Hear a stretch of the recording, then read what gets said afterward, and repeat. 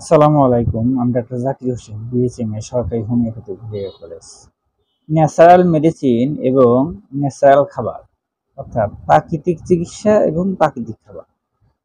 বর্তমান সময়ে আপনারা প্রায় এই কথাটার সাথে খুবই অভ্যস্ত যে বর্তমানে ন্যাচারাল খাবার এবং ন্যাচারাল মেডিসিন। আমরা প্রথমে একটু জেনে নিব ন্যাচারাল খাবার কাকে বলে এবং ন্যাচারাল মেডিসিন কাকে বলে। তো ন্যাচারাল খাবার বলতে যে প্রাকৃতিক উৎস বা উদ্ভিদ থেকে যে খাবারগুলো আমরা পাই এবং সামান্য প্রক্রিয়াজাত করার মাধ্যমেই কোনো কেমিক্যাল ছাড়াই এই খাবারগুলো সহজে আমরা খেতে পারি, এটাকেই মূলত প্রাকৃতিক খাবার বলে। আর প্রাকৃতিক খাবারে প্রচুর পরিমাণে ভিটামিন, মিনারেল এবং অ্যান্টিঅক্সিডেন্ট থাকে, যা শরীরের জন্য খুবই উপকারী। আর ন্যাচারাল মেডিসিনের উৎসও সেম প্রাকৃতিক উপাদান থেকেই তৈরি করা হয়। বিভিন্ন গাছগাছরা, নিম, ভেষজ কিংবা তরুলতা, এগুলা থেকেই তৈরি করা হয়। এগুলাতেও কেমিক্যাল ইফেক্ট খুবই কম থাকে এবং অল্প প্রক্রিয়াজাত করার মাধ্যমেই এগুলা মানুষের শরীরের রোগ প্রতিরোধ ক্ষমতা বৃদ্ধি করে। তো বর্তমানে অধিকাংশ ফেসবুক, ইউটিউবে বা অনলাইন প্ল্যাটফর্মে দেখা যায় যে ন্যাচারাল খাবার এবং ন্যাচারাল মেডিসিন নিয়ে খুবই আলোচনা চলতেছে। তো আপনারা কিভাবে বুঝবেন যে ন্যাচারাল খাবার এবং ন্যাচারাল মেডিসিন আমরা সঠিকভাবে পাচ্ছি?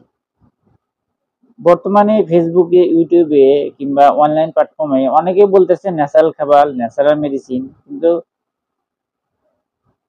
আদৌ কিন্তু তারা আসলে এই খাবারগুলা ন্যাচারালি থেকেই সংগ্রহ করে নাকি মেডিসিনগুলা ন্যাচারাল ভাবে তৈরি করা হয়, এতে নিয়ে সন্দেহ আছে।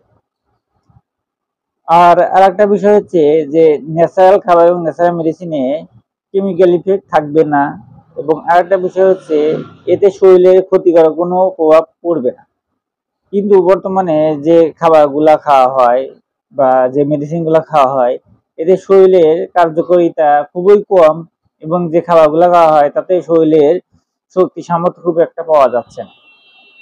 আর এই জন্য বলবো যে যদি যারা গ্রামে বাস করে কিংবা উপশহরে বাস করে, তাদের কিন্তু অনেকে জমি জমা পতিত করে থাকে। তারা কিন্তু জমি জমায় অল্প অল্প করে খাবার, সবজি চাষ করতে পারে, এতে নিজস্ব তত্ত্বাবধানে ন্যাচারাল খাবার খেতে পারবে।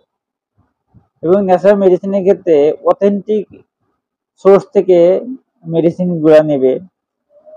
আর ন্যাচারাল মেডিসিনের ক্ষেত্রে হোমিওপ্যাথি কিন্তু বেস্ট মেডিসিন বলা হয়। যে হোমিওপ্যাথি মেডিসিনের প্রায় শতকরা 80% মেডিসিনই হচ্ছে প্রাকৃতিক উপাদান, অর্থাৎ ন্যাচারাল উপাদান বা উদ্ভিদ, ভেষজ, গাছগাছরা থেকে তৈরি করা হয়। সেক্ষেত্রে হোমিওপ্যাথি মেডিসিনে কিন্তু যে কেমিক্যাল ইফেক্ট বা সাইড ইফেক্ট বলেন, এগুলা কিন্তু খুবই নগণ্য, নাই বললেই চলে।